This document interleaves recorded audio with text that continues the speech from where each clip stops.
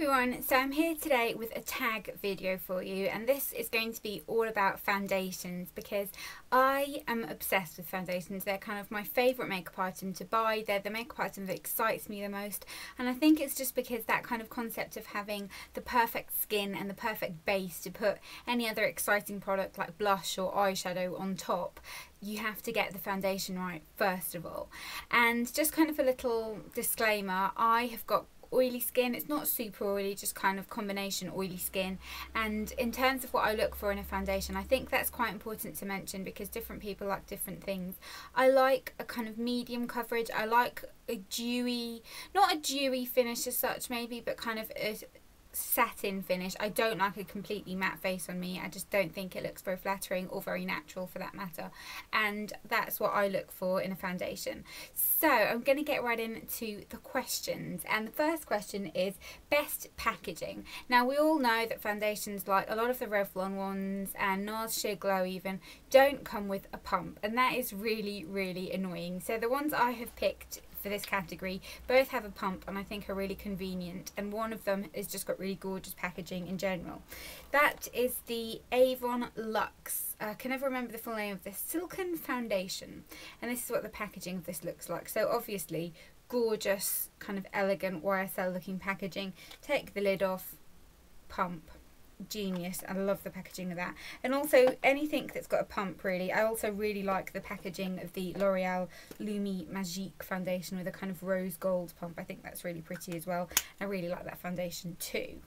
Then the next question is the best colour payoff, which means the best coverage. This is a kind of hidden gem in terms of foundation, I think. This is the 17 Stay Time foundation. I've got this in the shade Honey, and this is described as a full coverage foundation, and it definitely is. It kind of covers everything. It can be heavy and a little bit mask-like if you don't moisturise your skin properly beforehand, and I know that Michaela from Miss Budget Beauty used this, and she said that at first it kind of looked really fake on the skin. If you don't moisturise beforehand, it does look like that. I always moisturise in the morning and then put this on, and it looks really lovely and just really flawless. It's not a kind of no makeup look, but it's not super exaggerated, if that makes sense, and I think this is great in terms of the coverage you get. Then we have most versatile / buildable. So one of my most versatile foundations, I think, is by MAC, and this is MAC Face and Body. It looks really kind of gross because it's kind of separated, but basically you need to give this a really good shake and you apply it onto the skin, and you can use it on your body and on your face. Makes it very versatile. You can use it kind of on your legs if you're wearing a dress, arms to give that little bit of a glow, and it looks amazing. Also you can obviously use it on your face. One layer is that kind of tinted moisturiser. You can see freckles, really sheer, really pretty finish. Another layer, a little bit more buildable. You can really build this up to, I'd say, a medium coverage. It is quite tacky. It's more of a it's more of a foundation for a more mature skin, I would say, but one that works really well on lots of different skin types. I've got oily skin and I love this, and it's definitely a must-try foundation. Then best for travel, sorry I'm just looking at the questions down here. Best for travel, the two I tend to go for when I'm travelling are the Clinique Even Better foundation. I can never quite decide how I feel about this foundation because the applicator of it is really good. You just kind of squeeze a little bit out, and it is a really nice foundation. It's just, it doesn't have that wow factor for me. I don't put it on and think I love my skin today type of thing.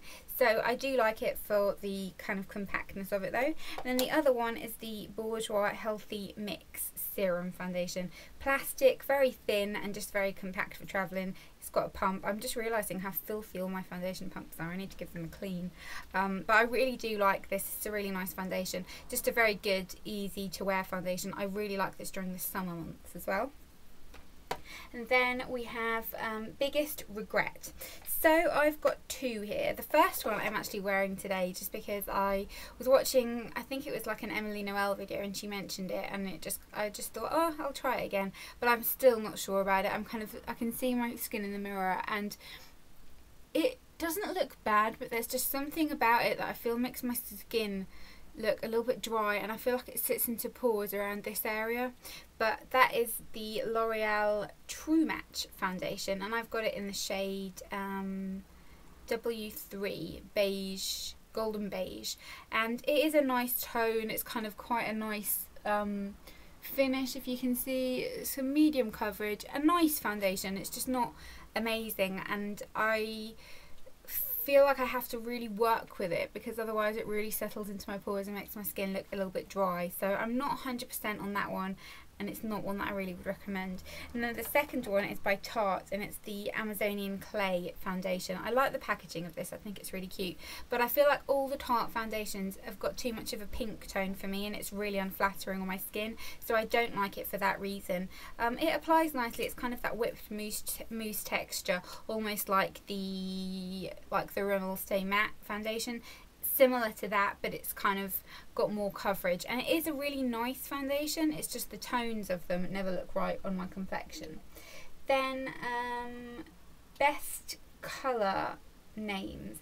That's a really funny question, I think, because I don't think you ever really notice it. It's not like, you know, nail polishes that can have really amazing names, or lipsticks even, but I do like the Revlon names. I just think they kind of name things quite descriptively. For example, this is my Revlon colourstay, and this is in the shade True Beige, and I just like the kind of names on these. Revlon colourstay is one of those foundations that I think is so hyped up on YouTube, and I just don't really get it. I like it, but I don't think it's like life changing. So that's Revlon colourstay. And then my last two questions, least used foundation. So I want to mention that the ones I mentioned for my biggest regrets are also my least used. I don't use this very often. I don't use that very often. I also love MAC Face and Body, but don't tend to use it very much, only in the summer months. But the two that I can kind of say I had and I never ever used and I got rid of were the Estee Lauder Double Wear Light. Just didn't do anything for me, and the tone of it was always off. And I had a couple of those, and every time I get colour matched for Estee Lauder, they match me wrong, and every time I match myself, I don't like the colour of it, so I'm just kind of giving up with that. I do really want to try the Estee Lauder Maximum Cover Foundation because I suffer from pigmentation in my skin. I don't know how well you can kind of see it now because I've got makeup on and everything, but I'd like something that would be able to kind of completely conceal that, so I might give that a go at some point. But that and MAC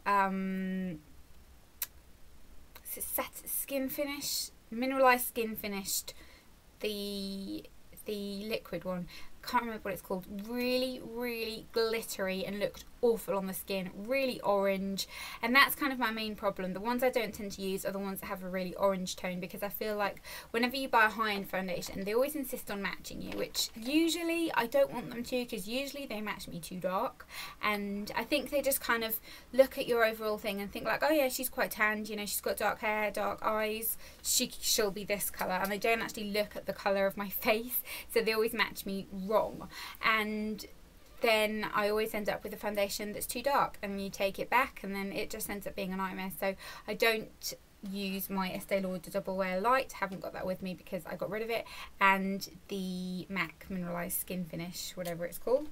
And then in terms of the last question, my most loved foundation, if you've watched me for a while you're gonna know what I'm gonna say, but this is my beloved NARS Sheer Glow.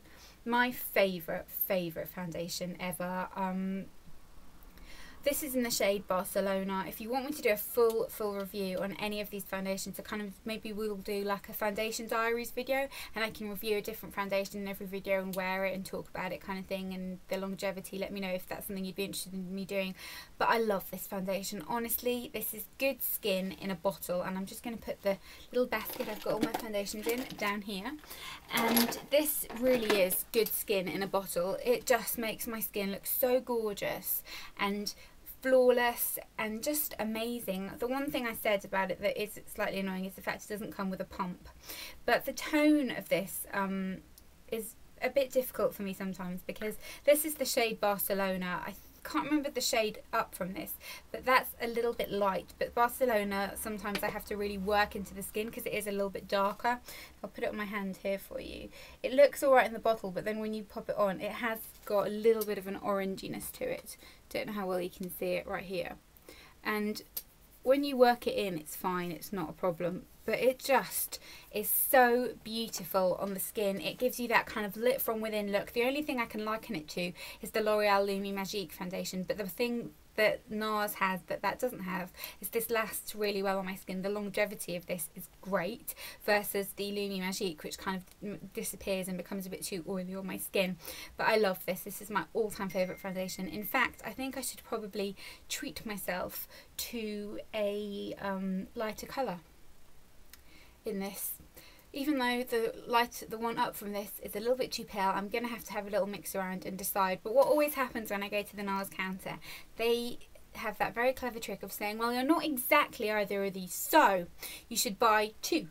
And this is very, very expensive. I think when I bought this, it was like £30. I think now it's something like £34. So that's like 60 something pounds for foundations. I'm not going to do that, but I might if I manage to find a tone. If you've got this and you're similar colouring to me, let me know what shade you are. As I said, I'm Barcelona in this, but let me know what shade you are and kind of how you go on with it. But I definitely recommend this. Don't be put off by the name Sheer Glow. It's not sheer. It does have a glow to it, but it's fabulous on my skin, even though my skin's oily, and it's my holy grail foundation that I love.